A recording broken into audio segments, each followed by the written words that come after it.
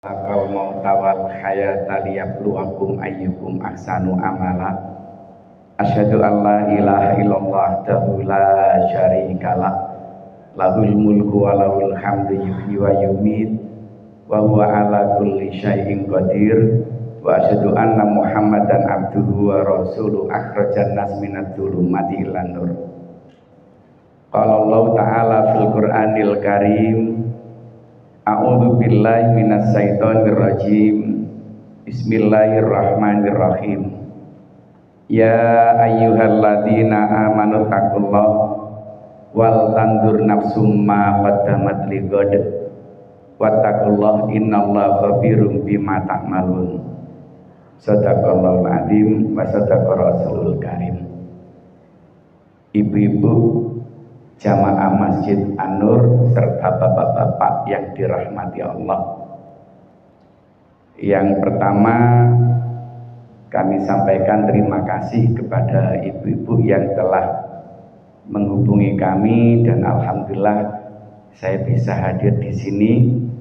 Dan juga terima kasih kepada Ketua Takmir Masjid An-Nur, Profesor Dr. Imron Mawardi. Ya, kami baru kenal namanya, beliau ulama yang luar biasa. Ya, dan hari ini saya ketemu dengan senang hati, dan betul saya grogi ketika ketemu dengan beliau. Ya, jadi saya terus bicara di depan profesor itu kan ya seperti apa, tapi tidak apa-apa. Yang namanya ilmu itu kita selalu bisa berbagi dengan siapapun dan dimanapun. Untuk itu sekali lagi saya mengucapkan terima kasih dan mohon maaf barangkali nanti ada hal yang kurang, mohon untuk diluruskan. Bapak-bapak, ibu-ibu yang dirahmati Allah, saya coba untuk berpantun. Tadi ibu berpantun 2 kali loh. Ya, tapi kayaknya karena nggak diingatkan, kayaknya nggak ada kata cakepnya, Bu. Ya, saya masih teringat hubungannya ini dengan sawalan. Sawalan itu ada apa namanya, kaleng. Kaleng yang ragi-rami dan dari dulu sampai sekarang masih ada. Kaleng apa itu? Kongguan lah, ibu tahu. Tapi kalau sudah selesai kaleng kongguan itu habis, biasanya diisi apa? Nah, cocok kalau gitu. Kaleng rengginang, ya, kaleng kongguan isinya rengginang. Ya, masak pepes ikan patin. Artinya apa kira-kira, Bu? Kalau ada kesalahan jangan dikenang. Mohon maaf lahir dan batin. Taqabbalallahu minna wa minkum. Mudah-mudahan Allah senantiasa memberikan ilmu, menerima amalan kita yang selama ini kita lakukan, baik di bulan Ramadan maupun sebelum bulan Ramadan, bahkan di bulan Syawal ini. Banyak sekali nikmat yang diberikan oleh Allah kepada kita.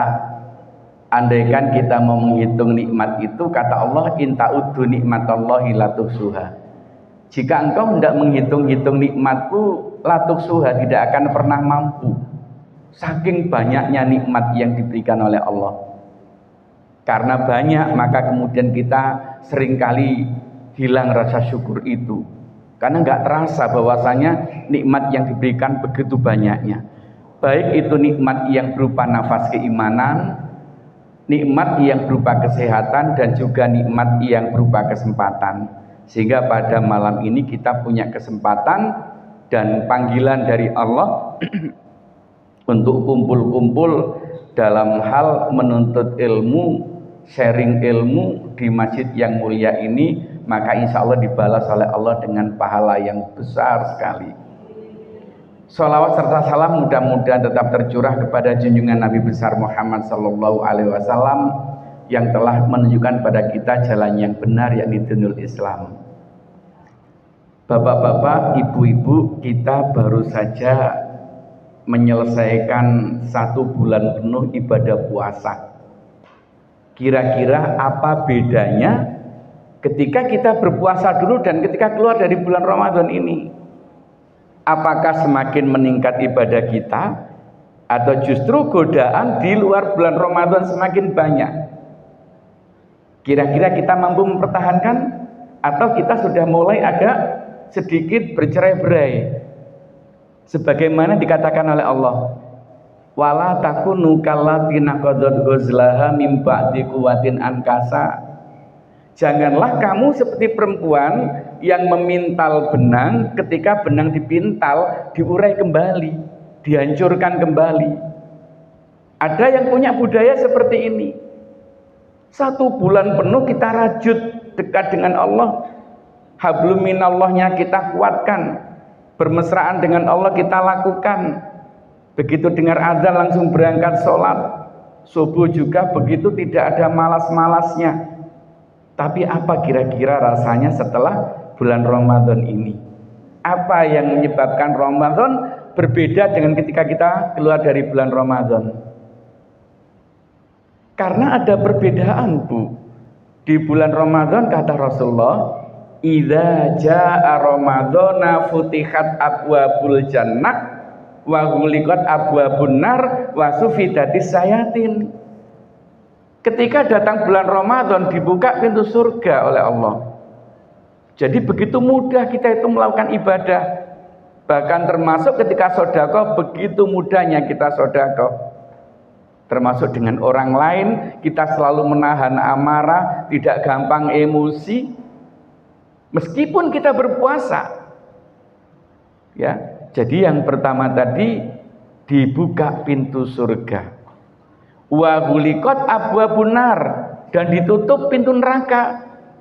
Seolah-olah kita tidak berpeluang untuk bisa masuk ke neraka karena begitu banyak yang mestinya kita lakukan di saat bulan Ramadan itu.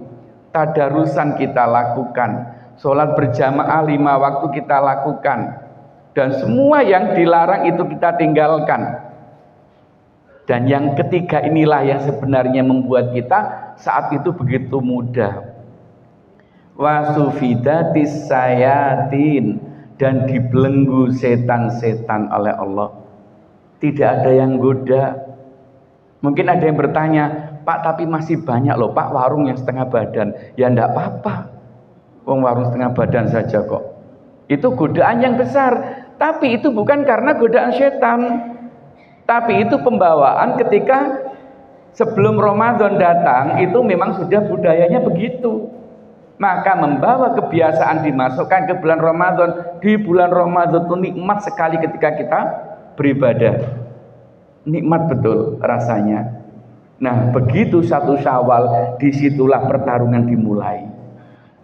Betul, masjid sudah mulai betul-betul habis ya masanya dengan bermacam-macam alasan. Maka kemudian mulai sepi lagi begitu sudah 1 Syawal. Ini yang terjadi. Tapi insya Allah nggak di sini, di tempat lain Bu yang begitu itu. Di sini nggak kan Bu ya? Enggak, itu di sini nggak beda maksudnya. Ini yang terjadi karena apa? Karena setan sudah dilepas dan disuruh untuk menggoda lagi. Mampu nggak kita mempertahankan kebaikan yang kita bangun selama bulan Ramadan itu? Termasuk satu lagi, yaitu terkait dengan puasa sunnah Syawal. Di sini sudah menyelesaikan semua kan Bu, Syawalan? Alhamdulillah. Karena orang yang melakukan puasa di bulan Ramadan selama 1 bulan penuh, ditambah lagi dengan 6 hari di bulan Syawal, itu sama dengan puasa 1 tahun. Ya Allah, indah sekali loh, nikmat sekali. Makanya kalau ada yang belum, masih ada waktu beberapa hari lagi, laksanakan ya. Karena apa? Hampir sama dengan 1 tahun loh Bu. Iman sekali kalau nggak dilakukan. Maka apa kebaikan yang kita bawa di bulan Ramadan itu, maka kita tarik ketika di bulan Syawal dan selanjutnya itu kita bisa mempertahankan. Mempertahankan itu lebih sulit. Ya. Karena apa? Karena godaannya lebih besar. Maka suatu ketika Rasulullah itu naik mimbar. Nah, ketika naik mimbar itu pada terap pertama, terap kedua, terap ketiga, Nabi Muhammad kemudian mengatakan amin. Keras sekali ucapan amin 3 kali itu. Ketika Rasulullah turun, kemudian ditanya oleh para sahabat, wahai Rasulullah, apa yang terjadi ketika jenengan tadi naik mimbar, di terap pertama itu menyampaikan amin, naik lagi mengucapkan amin, naik lagi mengucapkan amin, 3 kali mengucapkan amin, ada apa? Maka kemudian dijelaskan oleh Rasulullah, wahai sahabat, ketahuilah ketika tadi saya naik mimbar itu malaikat Jibril datang, kemudian berdoa dan saya aminkan doanya. Doa yang pertama, wahai Muhammad, celakalah, wong doa kok doa yang buruk ya, celaka gitu. Tapi kenapa yang tadinya Rasulullah itu sangat sayang kepada umatnya, saat itu mengaminkan doa yang disampaikan oleh malaikat Jibril. Saat malaikat Jibril datang, beliau menyampaikan, wahai Muhammad, celakalah umatmu yang ketika bertemu dengan bulan Ramadan tetapi tidak mendapatkan pengampunan dari bulan Ramadan itu. Selama 1 bulan penuh beribadah Ramadan, tapi karena tidak bisa melaksanakan Ramadan dengan baik dan benar, maka kemudian tidak mendapatkan pengampunan. Saat itu kemudian Rasulullah mengatakan amin. Padahal Rasulullah itu sangat sayang pada umatnya, tidak mau dan tidak ingin kalau umatnya tersentuh api neraka. Nangis ketika Rasulullah itu melihat umatnya ketika menghadapi masalah, nggak ingin sekali. Tapi kenapa itu terjadi? Karena Ramadan itu sebenarnya itu ada pengampunan berlapis. Banyak pengampunan yang diberikan oleh Allah kepada orang-orang yang melaksanakan puasa Ramadan dengan benar. Ada 2 hadis, ini hadis kembar. Sama-sama, hanya bedanya yang satu soma, yang satu koma. Man soma Ramadhana imanan wahtisaban ghufira lahu ma taqaddama min dzambi. Yang satunya man qama Ramadhana imanan wahtisaban ghufira lahu ma taqaddama min dzambi. Barang siapa yang melaksanakan puasa di bulan Ramadan karena iman, wahtisaban dan mengharap ridha Allah, ghufira lahu ma taqaddama min dzambi, diampuni dosa-dosa terdahulu. Itu yang pertama, puasa dengan sungguh-sungguh, hanya mengharap ridha Allah. Maka disinilah sesungguhnya ketauhidan diuji oleh Allah di bulan Ramadan. Dan di sini pula nanti akan mendapatkan bagaimana kebaikan dan kebahagiaan itu kita raih. Dua-duanya akan kita dapatkan ketika kita betul-betul berpuasa dengan sungguh-sungguh. Yang kedua, mangqama Ramadhana imanan wahtisaban ghufira lahu ma taqaddama min dzambi. Barang siapa yang melaksanakan qiyamul Ramadan, ya, salat di bulan Ramadan, salat malam, diampuni dosa-dosa terdahulu. Coba baru 2 saja ini pengampunannya luar biasa, diampuni. Belum lagi nanti 10 hari yang terakhir ada iktikaf, merebut yang namanya Lailatul Qadar, entah dapat apa tidak ya, karena kebanyakan di 10 hari yang terakhir bukan mengejar Lailatul Qadar tapi tawaf di mall ya, orang-orang itu bukan di sini.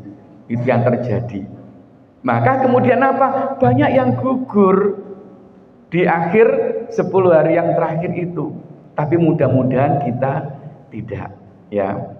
Maka dikatakan oleh Sunan Bonang, beliau mengatakan, dan ini budaya di desa, di daerah kami di Gresik itu juga begitu. Biasanya kalau puasa itu 1 hari 1 Syawal itu, ketika hari yang kedua sampai dengan hari yang ke-7 sudah melakukan puasa Syawal. Hari yang ke-8 itu hari raya Kupatan, biasanya Kupat. Maka dikatakan oleh Sunan Bonang, Kupat itu singkatan, Bu. Apa singkatannya? Perilaku papat. Jadi laku papat, perilaku papat itu apa saja?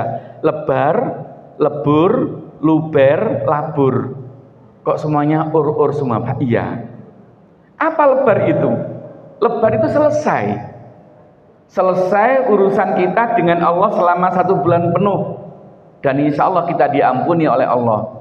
Mudah-mudahan kita semuanya diampuni, supaya tidak dikatakan oleh malaikat tadi celaka orang yang bertemu Ramadan tapi tidak mendapatkan pengampunan di bulan Ramadan itu. Ya, itu lebar. Kita selesai urusan semuanya dengan Allah, selesai, dan sesama manusia ya hablum minan nasnya selesai.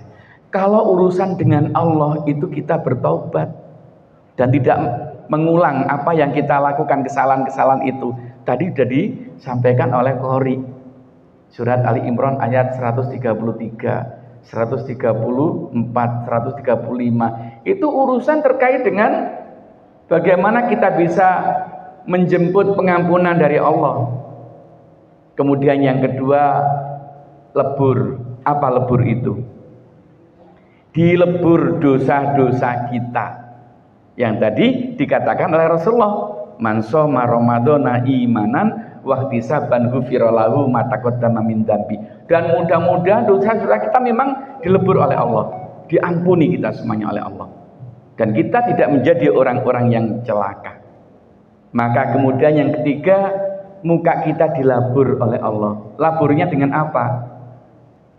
Dengan cahaya pengampunan, dengan cahaya nurnya Allah. Maka muka kita berseri-seri. Bertemu dengan orang lain kita tersenyum, tidak kemudian mencengut gitu.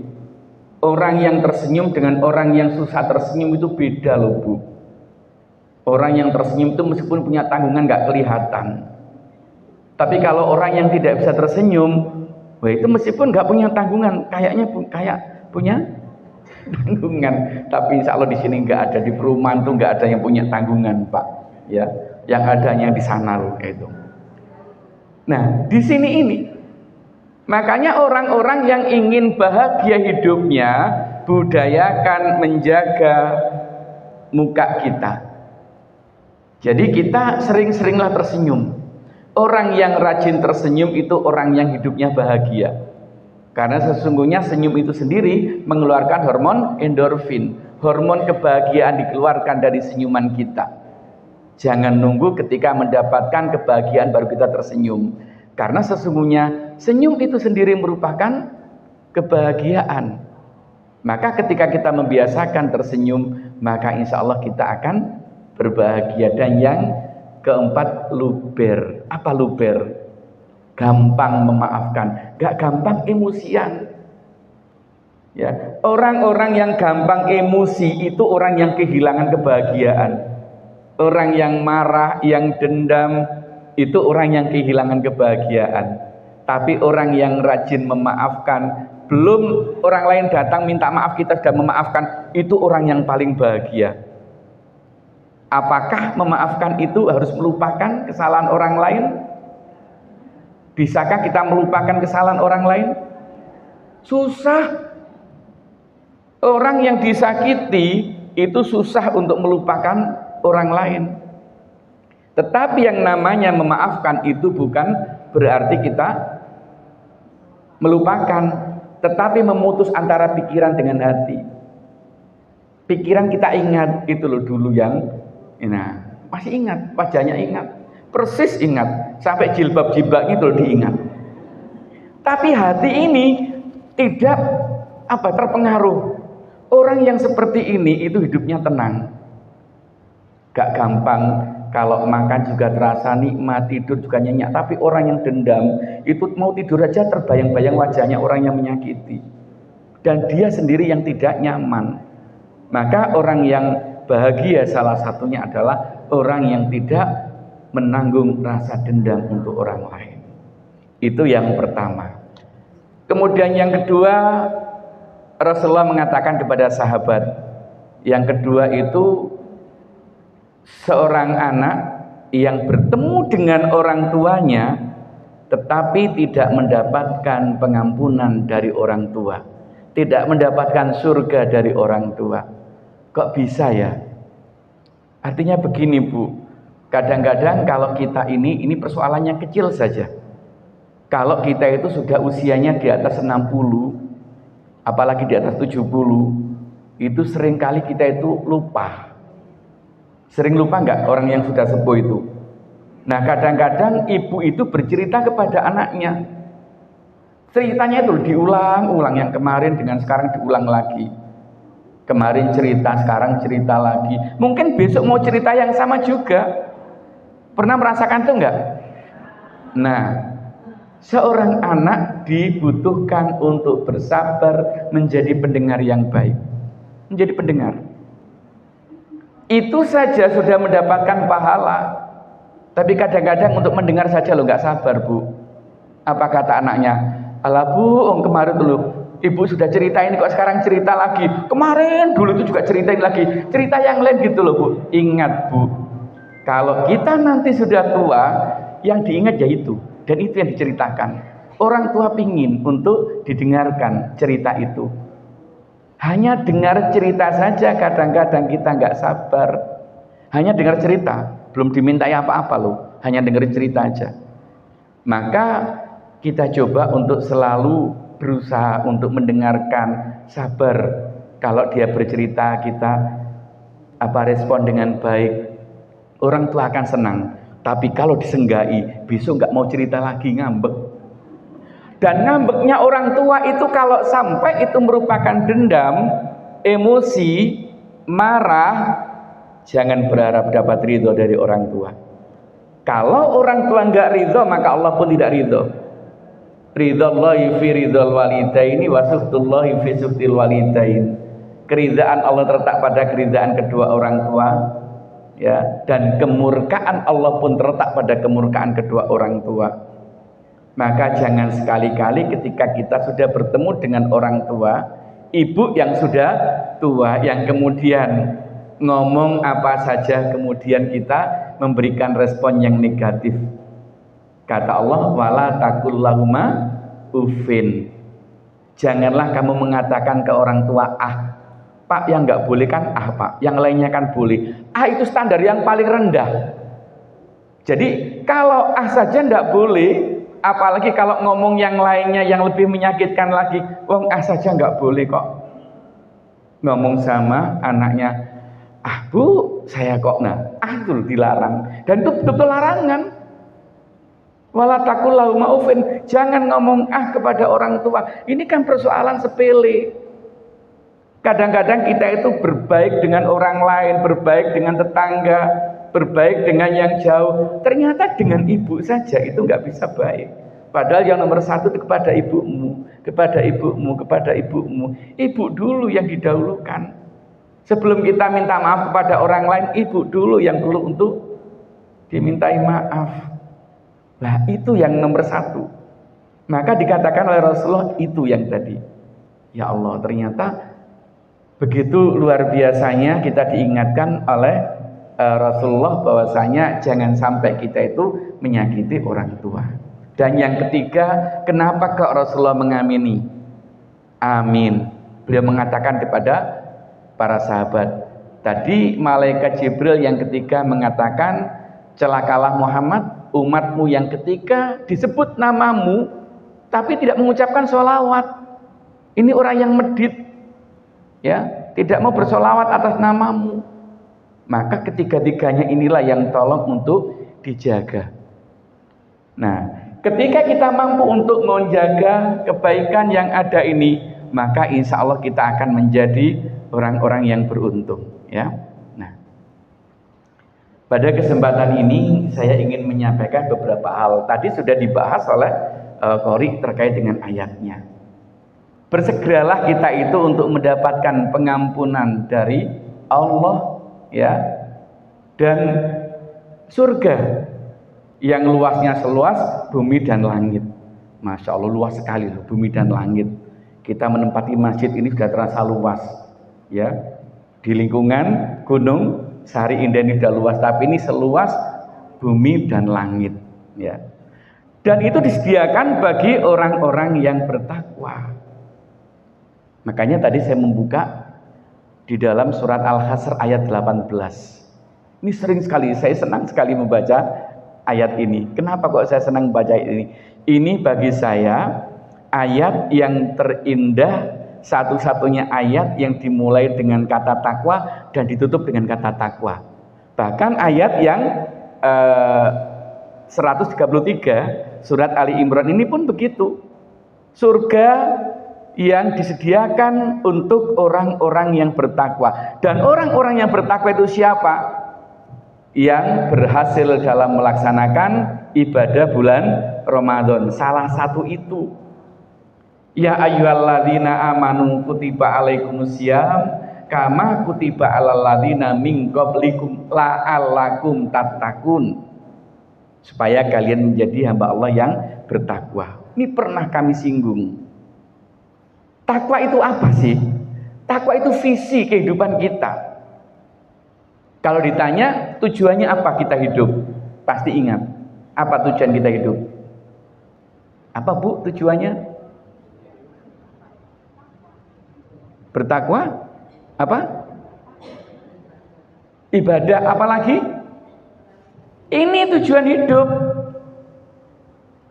Wa minhum may yaqulu rabbana atina fid dunya hasanah wa fil akhirati hasanah wa qina adzabannar. Kebaikan dan kebahagiaan dunia dan akhirat, dan jauhkanlah dari api neraka. Ini tujuan. Makanya judul yang saya angkat ini adalah tujuan hidup kita. Hidup yang bahagia di dunia dan di akhirat. Jadi takwa itu visi. Visi itu pandangan ke depan. Ketika kita menjalani hidup ini, maka itu yang kita capai adalah menjadi hamba Allah yang bertakwa. Gak kelihatan, karena takwa itu nanti bisa terwujud kalau kita bisa melakukan ibadah. Ibadah itu misi, bukan tujuan. Apa misi itu? Apa yang harus kita lakukan mulai dari bangun tidur sampai tidur kembali. Bahkan tidur itu sendiri merupakan ibadah. Kata Allah di dalam surat Az-Zariyat ayat 56. Wa ma khalaqtul jinna wal insa illa liya'budun. Tidaklah aku ciptakan jin dan manusia kecuali ibadah kepadaku. Loh coba.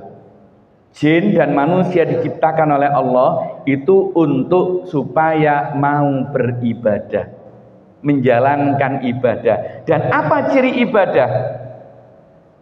Ibadah itu diawali selalu dengan niat. Semuanya. Dan niat itu biasanya ditunjukkan dari bisa ucapan, bisa sikap kita, ya. Maka kata Rasulullah, innamal a'malu binniyat fa innamal likulli imri'in manawa. Di dalam kitab yang tebel, Sahih Bukhari, Sahih Muslim, kemudian kumpulan hadis-hadis yang lain, bab yang pertama itu dimulai dari niat. Kenapa kok niat? Karena ketika kita ibadah dan niat kita salah, ibadah itu gugur. Niat itu pengikat amal kita. Amalan-amalan yang kita lakukan itu selalu diikat oleh niat.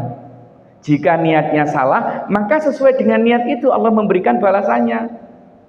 Saya berangkat ke masjid, niatnya bukan untuk mendapatkan ilmu, tetapi ada niatan-niatan yang lain untuk manusia, untuk lingkungan. Nah, disinilah sudah mulai muncul bukan tauhidnya, tapi muncul bau syiriknya. Apa syirik itu?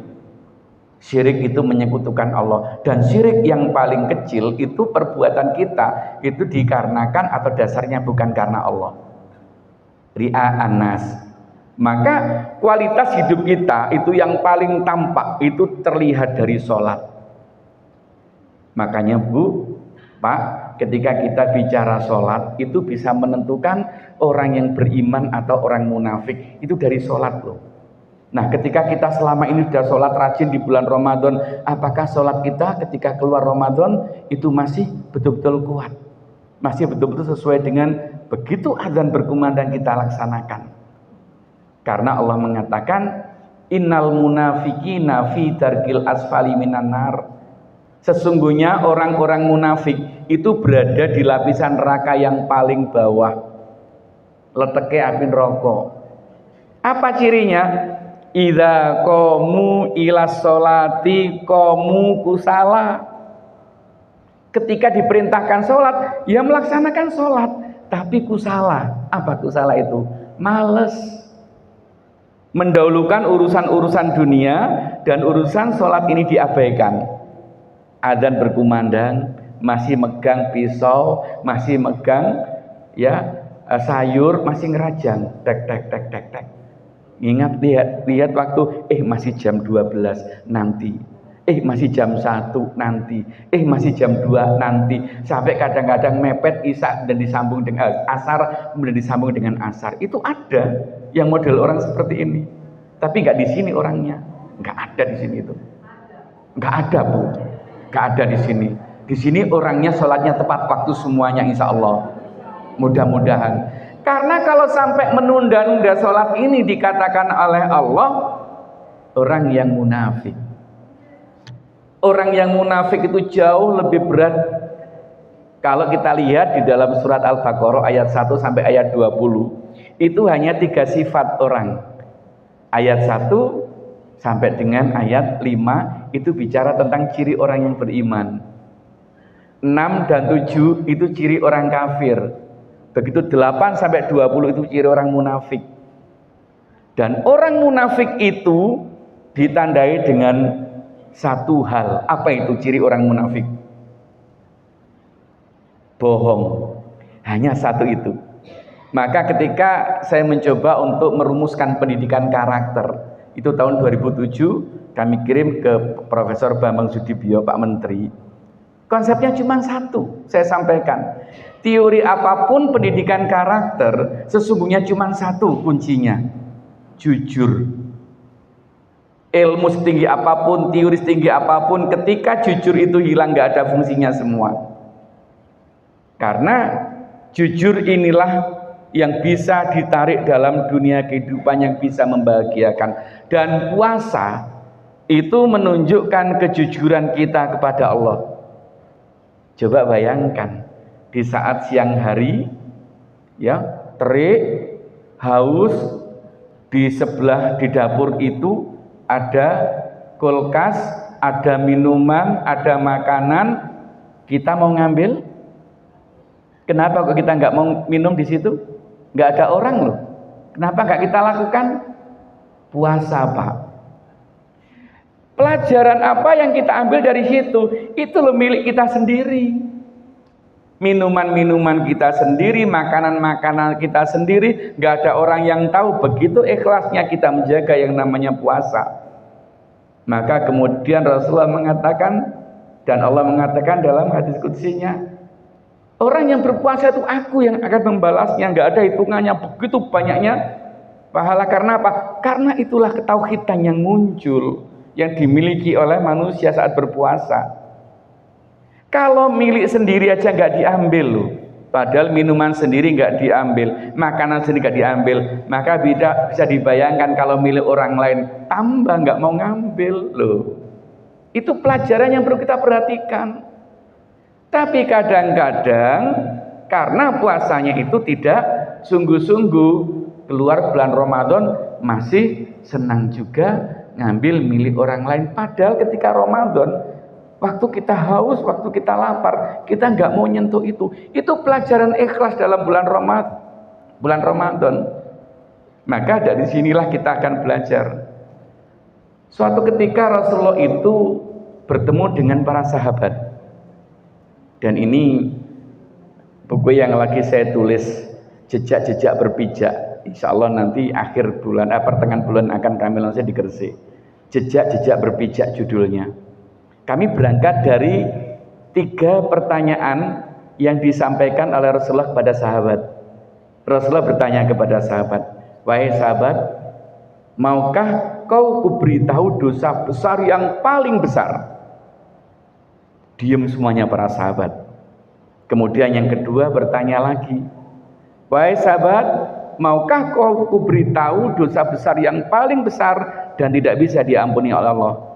Baru ketika pertanyaan ketiga itu dilontarkan, maka sahabat kemudian balik bertanya, apa ya Rasulullah? Tolong jelaskan kepada kami. Maka kemudian Rasulullah mengatakan, dosa yang paling besar dan tidak bisa diampuni oleh Allah adalah dosa syirik. Syirik ini tidak akan bisa diampuni. Syirik itu menyebutkan Allah, dan ketika kita berpuasa sesungguhnya kita berlatih ikhlas. Semata-mata kita puasa karena Allah, kita sholat karena Allah. Itu latihan yang luar biasa dahsyatnya. Yang pertama itu. Lalu yang kedua apa? Orang yang durhaka kepada kedua orang tuanya. Durhaka itu dosa yang tidak bisa diampuni oleh Allah, ya. Kecuali ketika orang tua itu mengampuni atau sudah memaafkan. Maka bagi orang tua kita semuanya jangan mudah menyimpan dendam buat anak kita. Itu penting. Kita dendam, belum mengampuni, kita lupa, masih janggol di hati, anak kita juga tidak akan mendapatkan pengampunan dari Allah. Karena dikatakan oleh Rasulullah, ridhallahi fi ridhal walidain wa sukhtullahi fi sukhtil walidain. Keridhaan Allah terletak pada keridhaan kedua orang tua, dan kemurkaannya pun terletak pada kemurkaan kedua orang tua. Lalu yang ketiga apa? Pada saat itu kemudian Rasulullah awalnya sendaran di dalam hadis itu. Nah kemudian ketika yang ketiga dia agak berdiri duduknya itu tegak kayak gini. Kemudian yang ketiga yang biasa berkata dusta. Hati-hati ini. Maka ini persoalan yang harus kita jaga. Dusta. Hubungannya juga dengan Ramadan. Kita latihan di situ. Ya. Jangan sampai kita membiasakan dusta itu termasuk juga untuk anak-anak kita. Karena kadang-kadang anak-anak kita itu kita yang ngajari berdusta. Ya. Persoalan yang remeh kadang-kadang. Ibunya mau berangkat ke kondangan pakai baju yang bagus, anaknya pengen ikut, apa kata ibunya? Jangan ikut, ini ke dokter, ke puskesmas. Anaknya akhirnya takut kalau ke dokter. Nah, akhirnya lama-kelamaan ibu bohong. Dan ketika anak di usia-usia masih balita, dia nggak bisa membedakan mana yang benar, mana yang salah. Anak hanya mengikuti apa yang dikatakan oleh orang tua, apa yang dengar dari orang tua. Itu saja.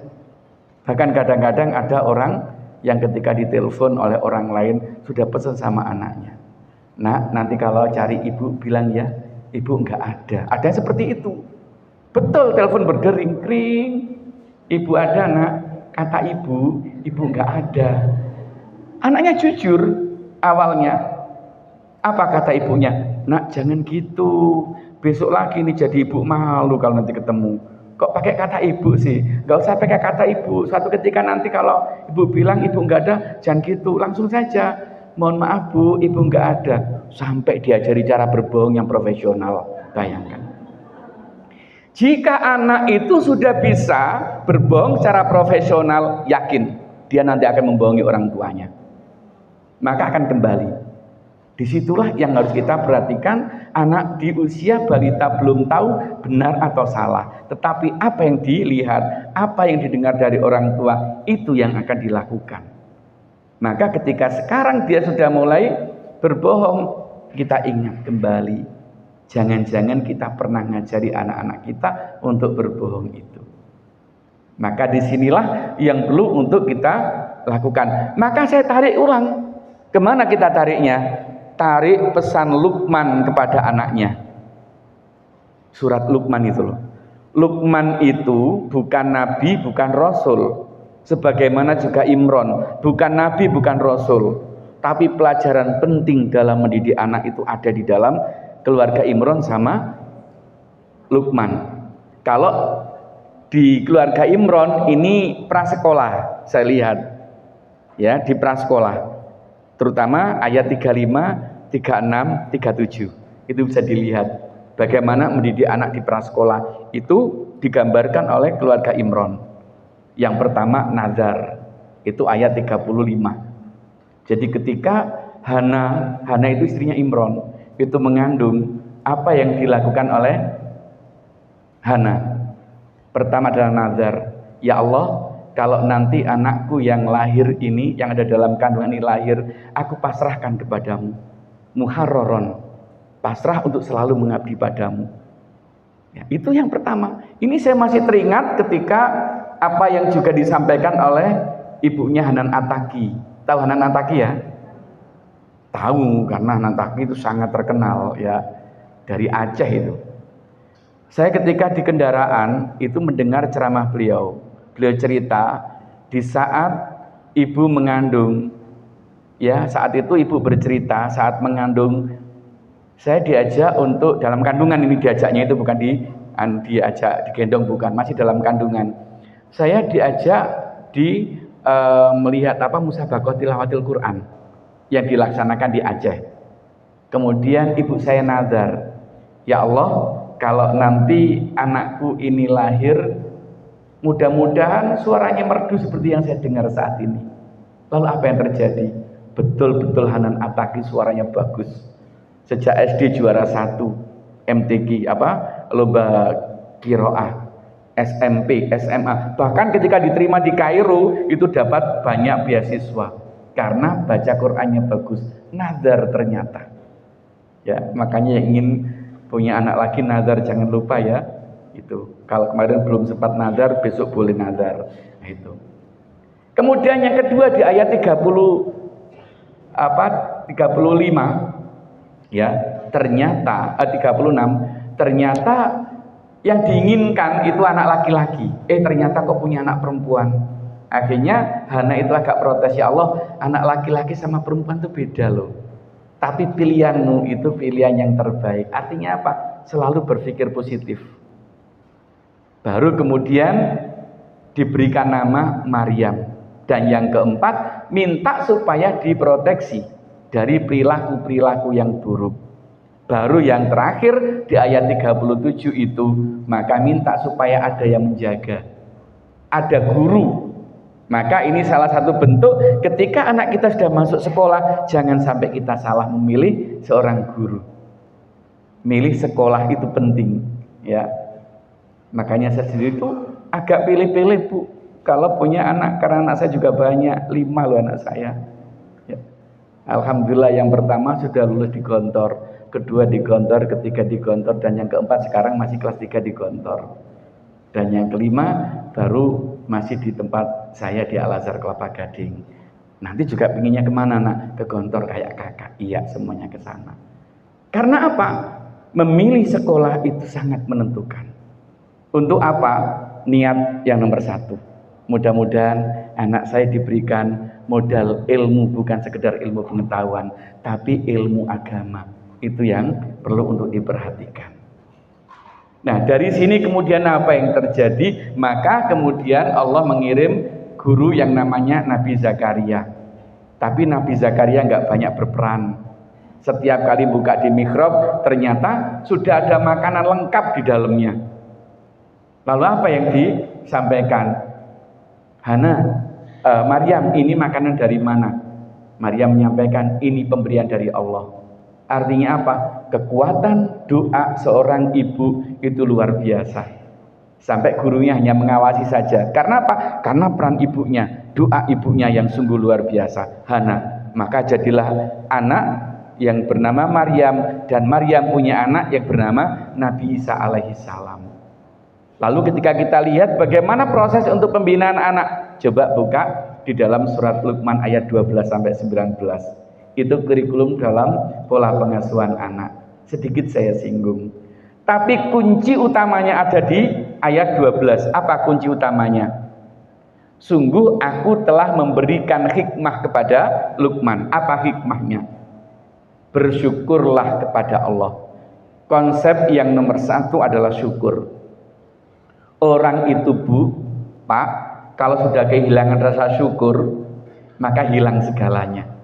Karena syukur itu pembuka perbuatan, perilaku, kebaikan. Ketika kita sudah kehilangan rasa syukur, dicabut oleh Allah kenikmatan kita. Maka sekecil apapun nikmat yang kita rasakan, maka jaga dengan sebaik-baiknya agar nikmat itu masih melekat. Jangan sampai nikmat itu dicabut oleh Allah. Bapak-bapak, ibu-ibu yang dirahmati Allah, maka kebaikan Ramadan ini kami simpulkan dalam sebuah slide yang ada ini. Apa yang kita dapatkan dari puasa Ramadan? Yang pertama adalah kompetensi spiritual. Secara agama, secara syariat kita mendapatkan banyak nilai.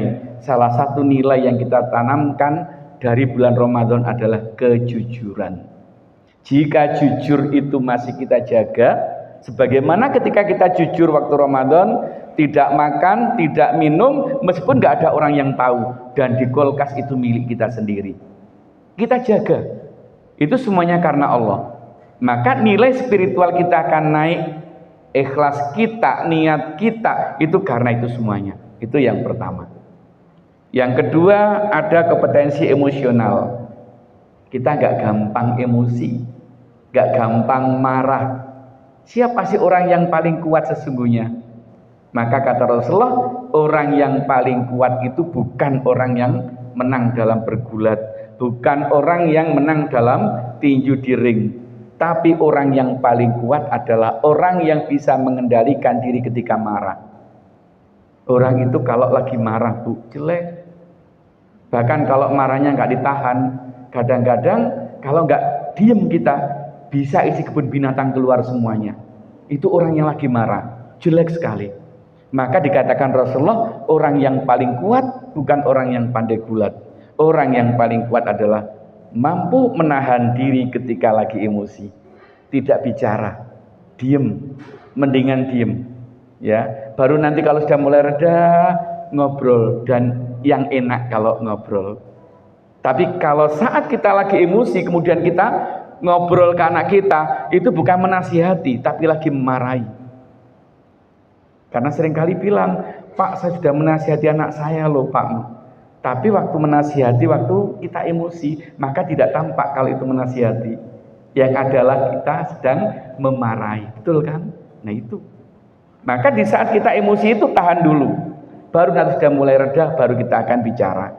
Yang ketiga, ya. Nah dari emosional ini maka kita akan melahirkan yang namanya simpati, baru empati. Simpati itu kalau melihat orang lain sedih, kita ikut merasakan sedih. Nah ketika bicara empati lebih tinggi lagi, seolah-olah sedihnya itu ada dalam diri kita. Kita merasakan itu, dan kita ingin segera untuk bisa melakukan sesuatu yang lebih baik lagi untuk orang yang lagi sedih itu. Nah orang berpuasa begitu, dilatih empati dengan tidak makan. Dan itu rasanya kalau seharian tidak makan. Kalau tidak makan itu karena berharap ridha Allah, wah itu nikmat. Tapi kalau nggak makan karena nggak ada yang dimakan, ini yang jadi masalah. Maka kemudian muncul rasa empati. Ya Allah, ternyata nggak enak loh kalau nggak makan sehari itu. Apalagi kalau orang ini nggak makannya karena tidak ada yang dimakan, itu lebih parah lagi. Ya. Kemudian yang berikutnya terkait dengan kompetensi intelektual. Intelektual berarti kita sudah tahu ilmunya dan kita bisa menjaga ilmu berpuasa itu. Ternyata banyak yang perlu kita pelajari. Kalau kita mau mempelajari dengan sebaik-baiknya, maka insya Allah kita menjaga kebaikan yang sudah kita jalankan selama bulan Ramadan itu. Tapi kalau kita tidak bisa menjaganya, maka kita nggak mendapatkan apa-apa. Malah justru kita akan kehilangan itu semuanya. Dan yang terakhir, kompetensi sosial. Kita semakin sabar, tidak gampang marah. Kita kemudian sama orang lain tuh loman, ya nggak medit. Di situ digambarkan oleh Allah orang-orang yang bisa mendapatkan surga yang luas seluas bumi dan langit. Masya Allah, itu siapa saja? Orang-orang yang mudah memaafkan, ya, bisa menahan amarah. Coba itu semuanya digambarkan oleh Allah. Pak, rasanya nggak enak loh Pak, ketika disakiti itu nggak bales tuh nggak enak. Ya memang nggak enak, mau disakiti kok nggak bales. Tapi ketika kita nggak bales itu sesungguhnya disiapkan loh surga yang luasnya seluas bumi dan langit. Masya Allah, itu nikmatnya jauh lebih nikmat. Tapi sayang nikmatnya nggak segera datang. Nanti, kenapa kok kita nggak percaya dengan janji-janji Allah? Kenapa? Karena nggak langsung dikasih Pak. Coba kalau langsung dikasih itu kan semuanya percaya. Nah itu. Karena masih berupa janji. Hanya dibutuhkan yakin apa tidak kita ini. Kalau kita yakin, maka kita akan merebut janji-janji itu. Tapi kalau kita tidak yakin, akhirnya ya kita mendustakan apa yang dikatakan oleh Allah dan Rasulnya itu. Ayo kita semuanya menjaga kebaikan-kebaikan yang selama ini kita lakukan selama bulan Ramadan. Jika itu bisa kita lakukan, maka insya Allah kita bisa menjaga, satu, terkait dengan kebaikan yang kita jaga, yang kedua kita bisa menjaga kebahagiaan kita. Karena bahagia itu tujuan hidup. Wa minhum may yaqulu rabbana atina fid dunya hasanah wa fil akhirati hasanah wa qina adzabannar. Ini tujuan hidup kita, yang kemudian dikatakan sebagai doa sapu jagat. Semuanya kena pokoknya kalau sudah kena doa ini. Yang penting bahagia dunia dan akhirat. Maka kita jaga kebahagiaan, karena sesungguhnya bahagia itu milik kita. Di mana sih letaknya bahagia, Bu? Apa karena duitnya banyak? Belum tentu loh. Orang yang sekarang uangnya triliunan belum tentu bahagia. Atau jabatannya tinggi? Belum tentu. Atau mungkin ilmunya tinggi? Juga belum tentu. Semua orang berhak bahagia, dan bahagia itu ada di dalam hati kita masing-masing. Ini sering saya tanya, bisa kan kita membaca hati orang lain? Bisa, Bu? Bisa? Bisa, Bu. Kalau kita itu akrab, terutama suami dengan istri, pasti bisa membaca hatinya. Kenapa kok saya boleh mengatakan bisa? Karena semua yang kita ucapkan adalah produk hati. Yang kita lakukan adalah produk hati. Mulai dari yang kita tuturkan, kita lakukan, kalau itu berulang-ulang, ya itulah sesungguhnya hatinya. Makanya yang perlu kita perbaiki dalam hidup ini itu hati. Ya. Ala inna fil jasadi mudghah. Idza sholahat sholahal jasadu kulluh wa idza fasadat fasada jasadu kulluh. Ala wahyal qalb. Tahukah kamu di dalam tubuh manusia itu ada segumpal mudghah. Idza sholahat, jika bagus mudghah itu, maka bagus semuanya, mulai ujung rambut sampai ujung kaki ini bagus. Wa idza fasadat, dan ketika fasad buruk, maka fasada jasadu kulluh, jelek semuanya, mulai ujung rambut sampai ujung kaki ini semuanya jelek. Orang yang gampang mencucuan itu juga hatinya mencucu, percayalah. Orang yang sumeh itu karena hatinya sumeh. Itu semuanya produk hati. Orang yang suka berbohong karena hatinya sudah dihinggapi oleh penyakit bohong. Jadi yang namanya perilaku kita, ucapan kita, tindak tanduk kita itu produk hati. Gak dibuat-buat. Itu sudah secara nyata dia lakukan. Maka kalau kita paham, kalau saya menjadi pemimpin dalam sebuah lembaga pendidikan, tahu ini yang tukang alasan, ini yang tukang nunda, ini yang tukang itu. Karena apa? Karena kebiasaan dilakukan berulang-ulang, baik yang diucapkan maupun yang tidak. Bahkan orang yang suka dan tidak suka itu pun kita tahu sebenarnya. Bisa saja ketika senyum enggak sepenuhnya senyum itu, baru separuh sudah melengos. Kadang-kadang ada yang seperti itu. Itu artinya hatinya belum damai. Maka disinilah kalau kita ingin hidupnya bahagia, lepas itu semuanya. Kita tata hati kita. Karena kunci bahagia itu milik semuanya dan ada di hati kita masing-masing. Kalau kita bisa menjaga itu, maka kita bisa menjaga kebahagiaan kita. Jaga kebaikan, maka kita akan bisa menjaga kebahagiaan. Kalau kita belum bisa menjaga kebaikan, belum bisa menjaga hati kita, maka susah untuk menjadi orang yang bahagia. Dan saya sudah melihat dari wajah ibu-ibu di sini semuanya adalah wajah-wajah yang bahagia.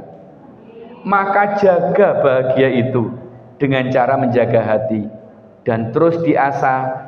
Apa yang kita lakukan di bulan Ramadan yang bagus kemarin, kita bawa keluar di luar bulan Ramadan. Ya, ini tantangan yang memang besar, tetapi harus kita lakukan dan terus kita lakukan agar itu bisa terjaga sampai nanti mudah-mudahan kita bertemu kembali di bulan Ramadan yang akan datang. Kita semuanya. Saya kira itu yang perlu saya sampaikan dan mudah-mudahan bermanfaat. Untuk itu mari kita mohon kepada Allah, mudah-mudahan apa yang selama ini sudah kita lakukan, ibadah-ibadah kita diterima oleh Allah, kesalahan-kesalahan kita diampuni oleh Allah, keluarga kita menjadi keluarga yang sakinah, mawaddah, warahmah, persoalan-persoalan kita diselesaikan oleh Allah, Dan ketika betul-betul kita muncul permasalahan, mintalah kepada Allah, karena sesungguhnya Allah itu akan selalu menjawab dan memberikan siapa yang mau berdoa kepadanya. Fa idza sa'alaka ibadi anni fa inni qarib ujibu da'watad da'i idza da'ani falyastajibu li wal yu'minu bil alam yasudun. Wahai Muhammad, ketika ada hambaku bertanya tentang aku dekat dan aku akan mengabulkan hambaku yang mau berdoa padaku, asalkan yakin padaku dan melaksanakan perintahku. Cuman 2 ini syaratnya. Maka jaga kebaikan-kebaikan kita selama bulan Ramadan, laksanakan semua yang diperintahkan oleh Allah dan jauhi yang dilarang, maka doa-doa kita akan dikabulkan oleh Allah. A'udzubillahi minasyaitonirrajim. Bismillahirrahmanirrahim.